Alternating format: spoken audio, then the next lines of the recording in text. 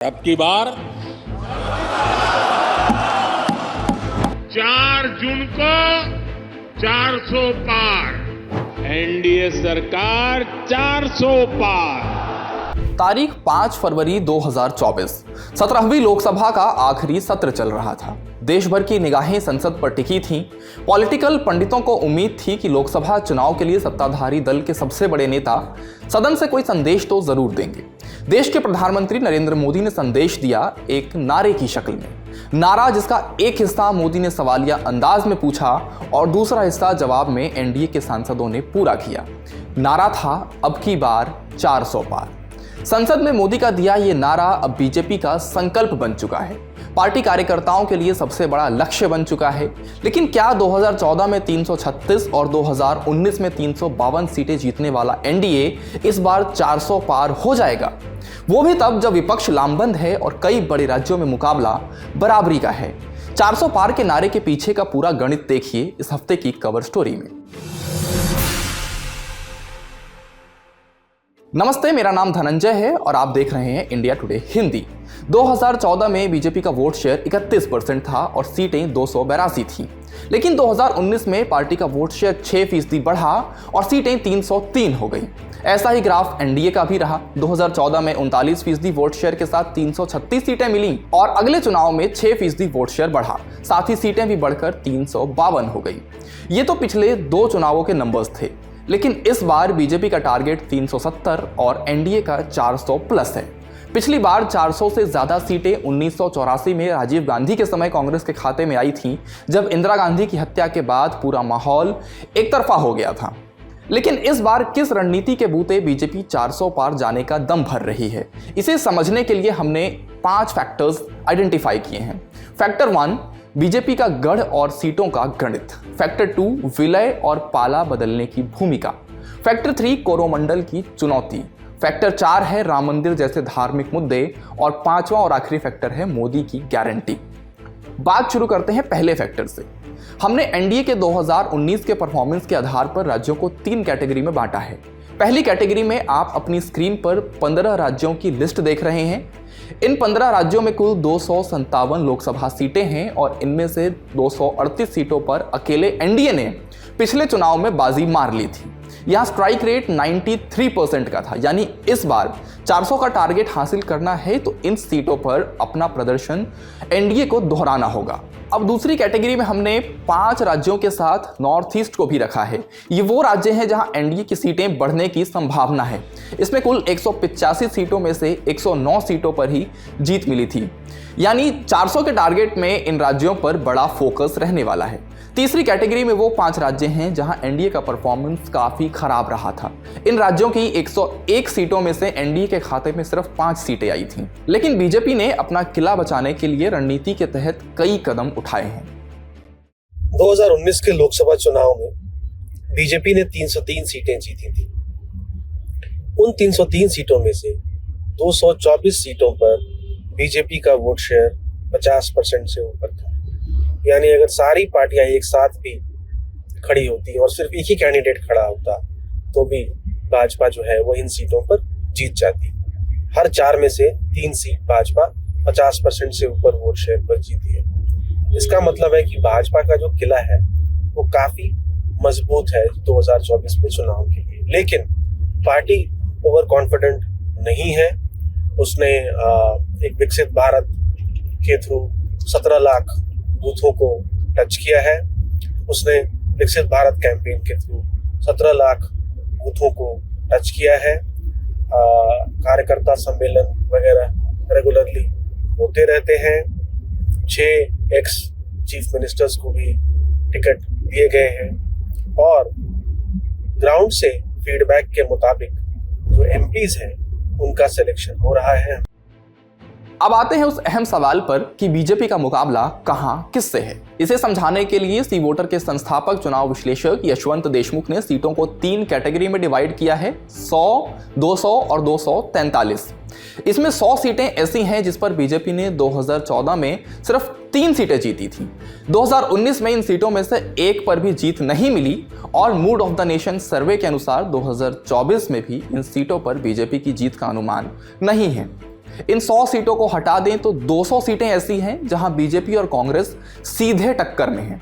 लेकिन 2014 में इसमें से 171 सीटें बीजेपी और सिर्फ 20 सीटें कांग्रेस के पास गई थी, जबकि 2019 में ये अंतर 185 और 9 का हो गया था। मूड ऑफ द नेशन सर्वे के अनुसार 2024 में बीजेपी को इस कैटेगरी में 182 सीटें मिल सकती हैं। तीसरी कैटेगरी में वो सीटें हैं जहां बीजेपी का सीधा मुकाबला क्षेत्रीय दलों से है, ऐसी 243 सीटें हैं। इसमें से बीजेपी ने 2014 में 108 पर और 2019 में 118 सीटों पर कब्जा किया था। 2024 में इसमें से 122 सीटें मिलने का अनुमान है। बीजेपी अगर 400 के टारगेट तक पहुंचती है तो इसमें दूसरा फैक्टर होगा नेताओं का पाला बदलना। एकनाथ शिंदे, अजीत पवार, जयंत चौधरी और नीतीश कुमार जैसे नेताओं ने एनडीए का दामन थामकर बीजेपी की मुश्किलें आसान कर दी हैं। महाराष्ट्र और बिहार को मिलाकर लोकसभा की कुल 88 सीटें होती हैं। इनमें से 80 पर बीजेपी ने 2019 के चुनाव में जीत हासिल कर ली थी। लेकिन 2019 विधानसभा चुनाव के बाद शिवसेना एनडीए से अलग हो गई और कांग्रेस एनसीपी के साथ मिलकर महाविकास अघाड़ी सरकार बना ली। यही बीजेपी अलग थलग दिखने लगी थी। ऐसे ही स्थिति बिहार में भी हो गई थी, जहां जेडीयू के आरजेडी और कांग्रेस के साथ आने से बीजेपी के लिए मुश्किल हालात बन रहे थे। लेकिन महाराष्ट्र में एकनाथ शिंदे और अजीत पवार की बगावत से शिवसेना और एनसीपी टूटकर बीजेपी के साथ चली गई। शिवसेना में जो फूट हुई है उसके लिए कई लोग बीजेपी को जिम्मेदार मानते हैं, और उससे जो मराठी प्राइड है, मराठी मानुस की जो प्राइड है, वो कहीं ना कहीं उसको चोट पहुंची है इस वजह से, और इसका जो है इम्पैक्ट हमें चुनावों में देखने को मिल सकता है। बिहार में जाति जनगणना का बिगुल बजाने वाले और इंडिया अलायंस का बड़ा चेहरा नीतीश कुमार चुनावों से ठीक पहले बीजेपी के साथ हो लिए। बीजेपी ने चिराग पासवान की अगुवाई वाली एलजेपी गुट की भी एनडीए में वापसी करा दी। इसके अलावा जीतन राम मांझी की हिंदुस्तानी अवाम मोर्चा और उपेंद्र कुशवाहा की राष्ट्रीय लोक मोर्चा को भी साथ लिया। इसके जरिए बिहार में तो बीजेपी ने अपनी समस्या काफी हद तक कम कर दी। लेकिन जिन राज्यों में बीजेपी विपक्षी नेताओं को अपने पाले में लाने में कामयाब नहीं रही, वहां ईडी और सीबीआई जैसी एजेंसियों ने काम आसान कर दिया। झारखंड में हेमंत सोरेन और दिल्ली में अरविंद केजरीवाल की गिरफ्तारी से झारखंड मुक्ति मोर्चा और आम आदमी पार्टी दोनों ही चुनावों के बीच परेशान हैं और पूरी ताकत से चुनाव प्रचार नहीं कर पा रहे। हिमाचल में भी बीजेपी ने कांग्रेस के 6 विधायकों का पाला बदलवाकर सुक्खू सरकार को संकट में ला दिया है। दूसरी तरफ कांग्रेस आरोप लगा रही है कि उसके 11 खाते फ्रीज करवा दिए गए हैं, जिससे उसे चुनावी खर्चों में काफी दिक्कत आ रही है। All our bank accounts have been frozen. We can do no campaign work. We cannot support our workers. We cannot support our candidates. Our leaders cannot fly from one part of the country to the other. Forget fly. They can't take a railway train. And this has been done literally 2 months before the election campaign. अब आते हैं कोरोमंडल की चुनौती पर। देश के पूर्व में कोरोमंडल तट लंबे समय से बीजेपी के लिए अभेद गढ़ रहा है। यहाँ के 4 राज्यों पश्चिम बंगाल, उड़ीसा, आंध्र प्रदेश और तमिलनाडु में क्षेत्रीय दलों का वर्चस्व है। इन राज्यों की कुल 127 सीटों में से बीजेपी 2019 में सिर्फ 26 पर जीत हासिल कर पाई थी। इसमें से 18 सीटें पश्चिम बंगाल में आई थी। देखिए, पश्चिम बंगाल में लगातार ये कोशिश कर रहे हैं कि इनकी सीटें बढ़ें। पिछली बार 18 सीटें थी, इस बार उस संख्या को बढ़ा के ज़्यादा करना चाहते हैं। और कुछ जो चुनावी विश्लेषक हैं, जैसे प्रशांत किशोर कह रहे हैं कि बीजेपी की सीटें इस बार तृणमूल से ज़्यादा रहेंगी। और ये पूरा एक मोमेंटम बनाने के लिए बीजेपी ने, चाहे वो तृणमूल के खिलाफ भ्रष्टाचार का मुद्दा हो, वो चाहे वहाँ पे जो एक तरीके से हिंसा हो रही है, पॉलिटिकल हिंसा हो रही है, उसका मुद्दा उठाना हो, इन सब चीज़ों को आक्रामक तरीके से उठाया है। और साथ ही साथ मटुआ समाज को लेकर के जो स्टेप उठाए हैं इन्होंने, CAA लाया है, तो इन सब चीज़ों से उनको उम्मीद है कि इनको फ़ायदा मिलेगा। बहुत सारे तृणमूल को लोगों को भी शामिल कराया है पार्टी में, तो इससे ये उम्मीद लगा रहे हैं कि इनको फ़ायदा मिलेगा। 25 लोकसभा सीटों वाले आंध्र प्रदेश में पूर्व मुख्यमंत्री एन चंद्रबाबू नायडू की तेलुगु देशम पार्टी के एनडीए के कुनबे में लौटने से सीटें बढ़ने के आसार हैं। टीडीपी ने पिछले चुनावों में 4 सीटों पर जीत हासिल की थी। इसके अलावा विधानसभा चुनाव साथ होने से यहां एनडीए को सत्ता विरोधी लहर का फायदा मिलने की भी उम्मीद है। हालांकि पड़ोसी राज्य उड़ीसा में सत्ता के करीब पहुंचने की भगवा खेमे की योजना सिरे नहीं चढ़ पाई। उड़ीसा में भी लोकसभा के साथ ही विधानसभा चुनाव हो रहे हैं, लेकिन यहां सत्ताधारी बीजू जनता दल और बीजेपी के बीच बीच गठबंधन की कोशिश नाकाम हो गई। बीजेपी ने 2019 में यहां 21 में से 8 सीटों पर जीत हासिल की थी। तमिलनाडु के लोकसभा चुनाव में हमेशा खाली हाथ रही बीजेपी को उम्मीद थी कि इस बार राज्य में सत्तारूढ़ डीएमके के मजबूत गठबंधन में सेंध लगा सकती है, लेकिन एआईएडीएमके ने पार्टी से नाता तोड़कर बीजेपी को झटका दे दिया है। अब यहाँ बीजेपी ने पट्टाली मक्कलकाची यानी पीएमके जैसे छोटे दलों के साथ गठबंधन किया है। बीजेपी अगर अपने नारे को हकीकत में बदलती है तो इसमें चौथा अहम फैक्टर राम मंदिर जैसे मुद्दे होंगे। बीजेपी ने चुनावों से पहले राम मंदिर का उद्घाटन कर हिंदू वोटों पर सेंधमारी कर ली है। रोजाना हजारों लोग राम मंदिर देखने जा रहे हैं। इसके निर्माण को लेकर बीजेपी के पक्ष में परसेप्शन बना है जिसका तोड़ विपक्ष के पास नहीं है। इसके अलावा काशी विश्वनाथ मंदिर को मिला भव्य स्वरूप भी बीजेपी की प्रो हिंदू छवि को मजबूत करता है।